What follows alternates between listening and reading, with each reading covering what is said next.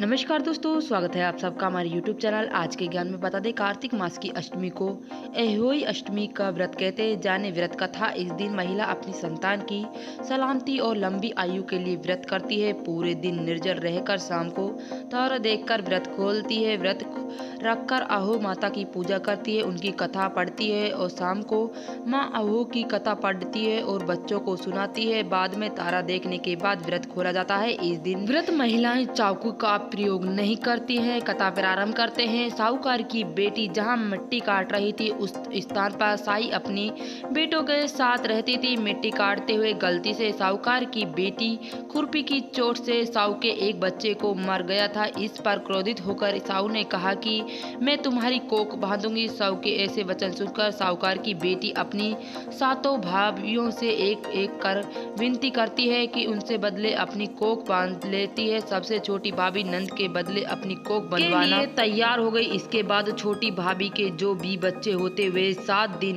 बाद मर जाते थे। 7वीं पुत्री की इस बार मृत्यु होने के बाद उन्हें पंडित को बुलाया। उससे पूछा। पंडित ने सूरी की गाय की सेवा करने की सलाह दी। सूरी सेवा से प्रसन्न होते हुए एक छोटी बहू से पूछती है कि तू किस के लिए मेरी सेवा करती है, और वह उसे कहना चाहती कि जो तेरी इच्छा है वह मुझसे मांग सकती है। साहूकार की बहू ने कहा कि इसका माता ने मेरी कोख बांधी है, जिससे मेरे बच्चे नहीं बचते हैं। यदि आप मेरी कोख खोल देती हो, आपका उपकार मैं मांगूंगी।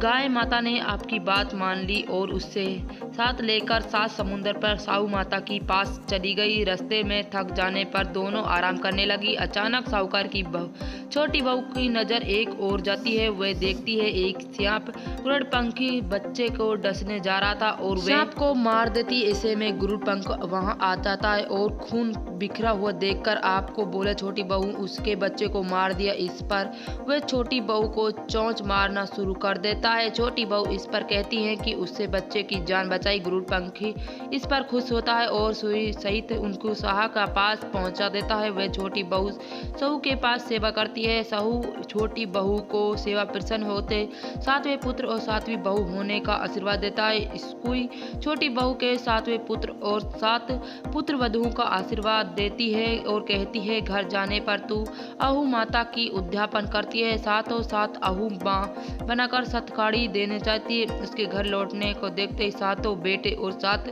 बहुआं बेटी हुई मिली। वहाँ खुशी के मारे भाव बहू होगी। उनने सातों अहू माँ का सड़क देखकर उद्यापन किया।